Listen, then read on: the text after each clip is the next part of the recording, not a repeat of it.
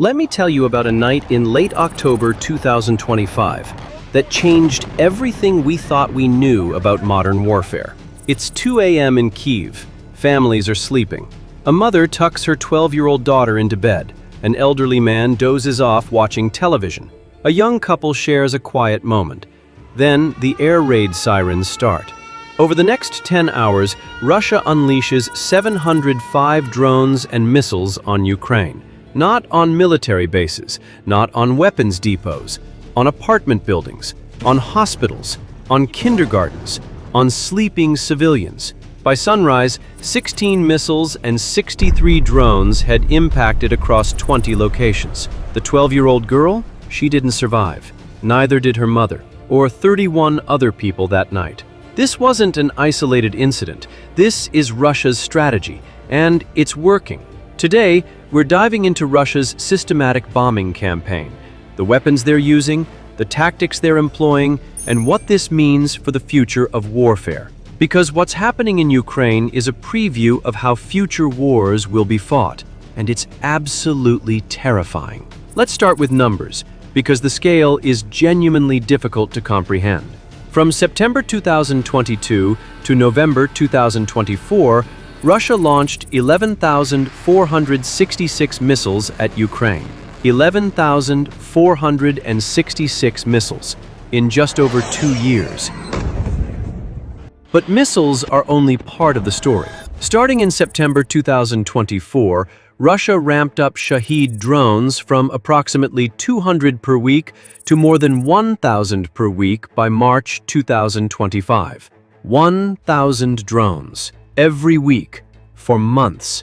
The attacks keep getting bigger. June 29, 2025, Russia launched 477 drones and 60 missiles, the largest attack since the war started. October 30, 2025, 653 drones and 52 missiles, 705 total munitions, the second largest barrage of the entire war. September 28, 595 drones and 48 missiles, the third largest. We're talking about attacks with hundreds of missiles and drones happening days apart, not months, days.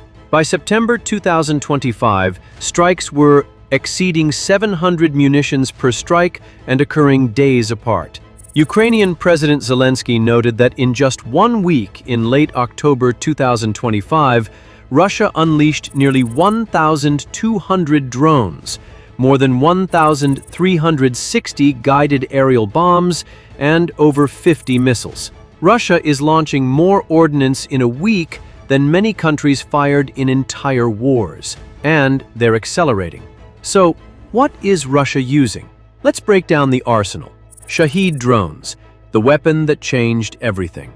The Shahed 136 is an Iranian-designed kamikaze drone costing $20,000 to $50,000 per unit, pocket change compared to the missiles needed to shoot them down. They're launched in swarms, fly at about 115 miles per hour, and use GPS navigation.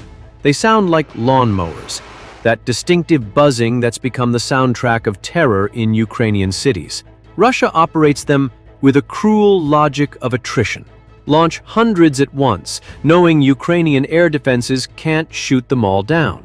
Some get through, and when they do, they kill civilians. The Institute for the Study of War noted the continued increase is likely intended to degrade Ukrainian morale in the face of constant Russian aggression.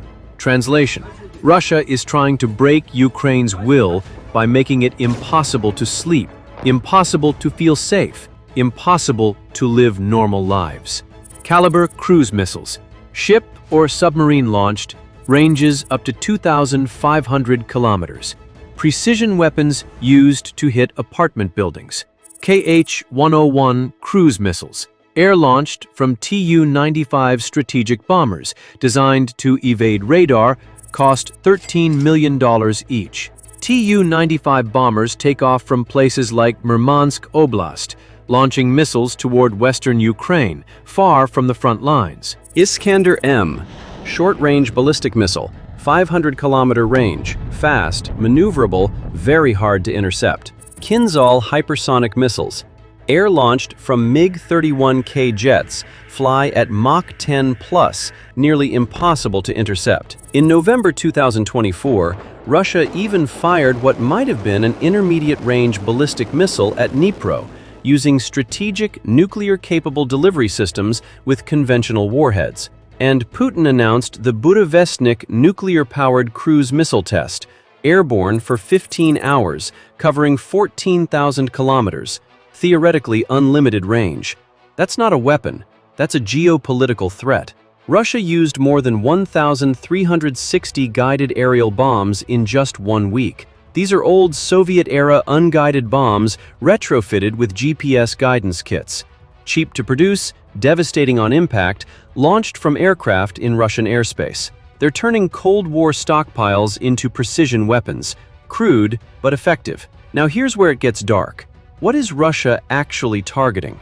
From 2022, Russian strikes targeted critical power infrastructure, considered a war crime. By mid-2024, Ukraine had only a third of pre-war electricity capacity. Think about that. 67% of the power grid destroyed. No electricity for hospitals, no heat in winter, no water pumps, no refrigeration. By mid-June 2024, Russian strikes destroyed 9 gigawatts of power generation, half of Ukraine's production capacity. The Royal United Services Institute warned Russia's strikes are now in danger of achieving the Kremlin's goal of a total blackout in Ukraine. This isn't collateral damage, this is deliberate. Russia is trying to freeze Ukraine into submission. September 2025, at least 4 people killed in Kyiv, including a 12-year-old girl, when residential buildings, a medical facility, and a kindergarten were damaged at more than 20 locations. Late October 2025, a 19-year-old girl and her mother were among 3 killed in Kyiv airstrikes. 33 people wounded, including 7 children. The youngest was 4 years old. One survivor said, "We had a terrible night. We had to climb down the fire escape from the 3rd floor. We almost suffocated. We almost burned to death."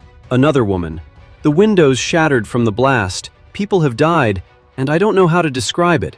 It's very sad and affects my mental state." Russia uses double taps, striking a building, waiting for first responders to arrive, then striking again, killing the rescuers. This is prohibited by international humanitarian law. Russian drones hunt down ambulances. Over 10 such incidents recorded in 2024, mostly in Kherson region. They're not just targeting civilians, they're targeting people trying to save civilians. Over 250 fatalities among health workers since February 2022, with over a quarter in 2024 alone. Hospitals, ambulances, medical workers, all deliberately targeted. This isn't war, this is systematic terror. So how is Ukraine defending against this onslaught? With everything they have, and it's not enough. From September 2022 to 2024, Ukraine intercepted 83.5% of incoming missiles and drones daily. That sounds impressive until you do the math. If Russia launches 700 munitions and Ukraine intercepts 85%, that's still 105 hitting targets in one night. In the October 30th attack with 705 munitions, Ukraine shot down 592 drones and 31 missiles, an 88% interception rate. Incredible performance. But 82 munitions still got through. Ukraine's arsenal includes Patriot missiles, $4 million each, NASAMS, Soviet-era S-300s, Jeopard anti-aircraft guns, and mobile groups with machine guns trying to shoot down drones manually. The problem is simple math. You can't shoot down a $20,000 Shahed with a $4 million Patriot. The economics don't work. Russia can produce drones faster than Ukraine can produce interceptors. Ukraine urgently needs more interceptor drones and Patriot systems, but the shortfall in air defenses remains critical. CBS News described hundreds of thousands of Kyiv residents scrambling for cover. After more than 2.5 years, the scars and the anxiety run deep. Imagine living like this, every night, for years. One young Kyiv resident, "We are very worried. We want to keep our country. We want to live in peace." So what does this mean for the future of warfare? The Atlantic Council noted that the initiative has passed to Moscow. Russia has figured out drone warfare at scale, producing shaheeds in unthinkable numbers and using them to achieve strategic effects that traditionally required expensive aircraft. This is the future. Cheap drones overwhelming expensive defenses through sheer numbers. CSIS noted Russia's approach signals a dangerous shift toward punitive algorithmic warfare, forcing NATO to rethink doctrine, deterrence, and human-machine integration. Russia isn't trying to win battles on the ground. They're using mathematics. Launch enough munitions, some will get through. Repeat nightly. Eventually, the defender runs out of interceptors, money, or will. It's warfare as a spreadsheet. And it works.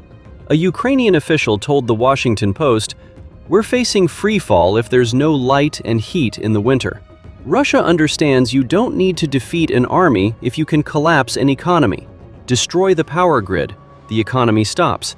No economy means no tax revenue. No tax revenue means no military funding. Reconstruction is estimated at hundreds of billions of dollars and keeps growing. Even if Ukraine wins militarily, they lose economically. That's Russia's bet. Ukraine needs a constant pipeline of weapons to defend against barrages of several hundred munitions per night. Repeated deadly attacks underscore the shortfall in air defenses. Ukraine cannot sustain this defense indefinitely without continuous Western support. Russia knows this. They're waiting for Western resolve to crack. So, where does this end? The brutal truth? It doesn't. Not soon. Russia is not slowing down. The Institute for the Study of War assessed that increasing strike sizes support efforts to degrade Ukrainian morale through constant aggression. Russian Foreign Minister Lavrov insisted Russia doesn't intend to attack Europe, but vowed a decisive response to any perceived aggression. Translation? Russia will keep bombing Ukraine, and if anyone tries to stop them, they'll escalate. Putin's Burevestnik missile announcement came the same week talks with Trump broke down and the White House sanctioned Russia's largest oil companies. Russia is signaling, "We have unlimited-range, nuclear-capable weapons. We will use conventional force without restraint. And if you push too hard, we have escalation options you can't match." What this means for NATO. If Russia succeeds through attrition bombing, it establishes a playbook. 1. Use cheap drones to overwhelm air defenses. 2. Target civilian infrastructure to collapse the economy. 3. Maintain pressure until Western support wanes. 4. Outlast your opponent. This works against any country depending on Western aid. Poland, the Baltics, Moldova. Russia is already applying pressure beyond Ukraine. You can't rebuild when Russia is still bombing, and Russia will keep bombing as long as they believe it advances their goals. Here's what we know. Russia has launched over 11,000 missiles since September 2022. They're now launching over 1,000 drones per week. Individual attacks exceed 700 munitions. They're targeting civilians, energy infrastructure, hospitals, and rescue workers. Ukraine is intercepting 83 to 88% of incoming munitions, an incredible achievement. But the math doesn't work. Russia can produce drones faster than Ukraine can shoot them down. This is the future of warfare. Algorithmic attrition through aerial bombardment. Cheap drones overwhelming expensive defenses. Economic collapse as a strategic objective. Terror bombing as a negotiating tactic.